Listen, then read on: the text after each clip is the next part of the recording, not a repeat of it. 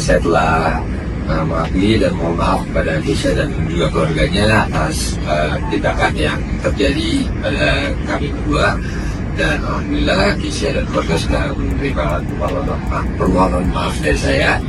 Dan ya semoga tidak terjadi lagi ke depannya dan pada menjalankan seperti ini. Dimas Anggara minta maaf ke Keisha Alvaro dan keluarga, saya mengakui tindakan yang terjadi.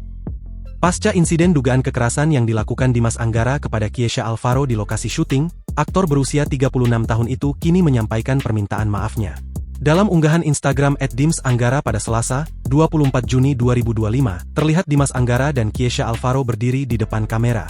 Di unggahan terbarunya itu, Dimas akhirnya meminta maaf kepada Keisha Alvaro karena telah melakukan tindakan kekerasan di lokasi syuting. Suami dari Nadine Chandrawinata itu mengakui kesalahannya telah melakukan kekerasan kepada anak pertama dari Pasha Ungu dan Oki Agustina itu.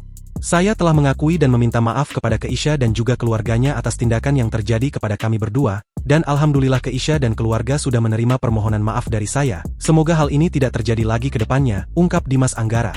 Sementara itu, Keisha pun telah menerima permintaan maaf dari Dimas dan keduanya sama-sama legowo untuk kembali bekerja sama dalam satu proyek yang sama.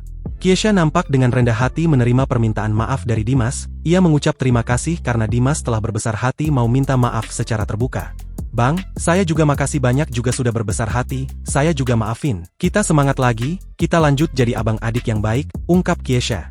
Kemudian, keduanya terlihat berjabat tangan dan berpelukan sebagai tanda sudah berbaikan, dan diharapkan tak ada lagi kejadian serupa di lokasi syuting. Saya telah mengakui dan mohon maaf kepada Keisha dan juga keluarganya atas tindakan yang terjadi pada kami berdua. Dan alhamdulillah Keisha dan keluarga sudah menerima permohonan maaf dari saya.